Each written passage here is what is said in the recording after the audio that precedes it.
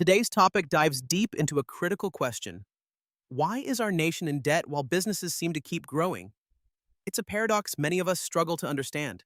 Why do we, as citizens, face financial struggles, yet businesses continue to thrive? What role do corporations and religious organizations play in this? That's a big one. If the government were to raise corporate taxes or levy taxes on religious organizations, could that be part of the solution? Would it help ease the financial burden on the nation? Raising taxes might seem like a quick fix, but the government needs to fully understand the principle behind taxes before applying them. It's not about raising the rates, but more about how they guide corporations and religious groups to provide support when people are struggling. So it's more about getting them to voluntarily help rather than imposing taxes. How does that work exactly? Exactly. The government should make a clear and justified request for them to support the people who are suffering. It's not about adding more taxes, but about inspiring them to participate in a collective effort. For example, when people are in hardship, the focus should be on helping them out, even if it's not a perfect solution.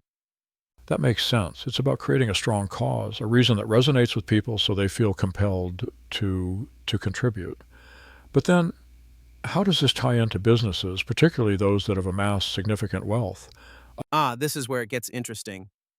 The principle of the 4M33 rule comes in. Businessmen have amassed wealth, but a significant portion of it wasn't entirely theirs to begin with. Why? Because part of the money, in theory, should have been allocated for the laborers, those who actually produced the goods and services. So the laborers are actually owed a lot more than they're paid. Their wages include the cost of their labor, but the surplus profits are taken by the business owners instead of being reinvested or paid back to the workers. Exactly. Business owners have used the surplus profit that should have gone to the workers for their own gain. That's why, if the businesses had been operating ethically, many of our societal issues wouldn't exist today. The money that should have been allocated to workers' wages has been diverted elsewhere. That's a huge revelation. So the workers might not even realize they're owed more since they think their pay is already fair.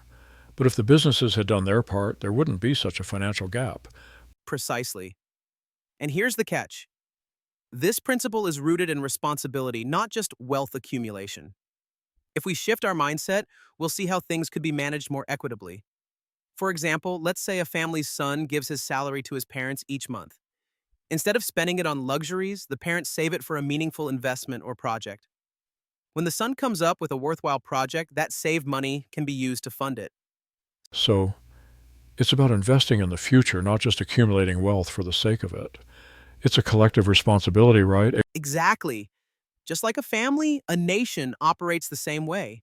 The idea of private ownership doesn't apply in this scenario. The money that's saved is meant to benefit everyone, not just the individual. It's about ensuring that everyone in society gets a fair share and can live well together. Wow, so this isn't just about wealthy individuals or businesses holding on to their money for their own benefit. It's also about the intellectuals and the educated class taking the responsibility to correct these systemic issues. They shouldn't just criticize society, but actively work to fix it. Right? The educated class has a duty to guide society, not just blame it. Instead of looking down on others, they should work on projects that help everyone, just like how family members contribute to a child's education and well-being. The key is in finding projects that benefit the public good and not just the wealthy few. So, in a way, the older generation of businessmen is looking for more than just profit. They want to be part of something meaningful, something that will benefit society as a whole. But the intellectuals are too focused on traditional views of wealth to see this. Exactly. The older generation is not just looking for profits. They want to invest in meaningful, rewarding projects that serve the greater good. The real question is, can the intellectuals identify these opportunities and help guide society toward them? It's almost like there's a disconnect between the goals of different generations. The older generation has wealth, but their focus isn't purely on accumulating more, it's about making a difference before they leave. But the younger intellectuals aren't quite grasping that vision yet. And the real issue comes when that wealth stays within families and isn't used to benefit the nation as a whole. If the second and third generations of businessmen just keep hoarding wealth or moving it abroad, they're not contributing to the country's future. So the government has to step in here and stop that money from leaving. But more importantly, it's about encouraging these businesses and individuals to invest back into the country. Exactly. The government needs to ensure that the wealth stays within the country and is used for the public good. It's time for the intellectuals to step up, to lead by example, and make the right decisions for the future of the nation. After all, a nation is like a family.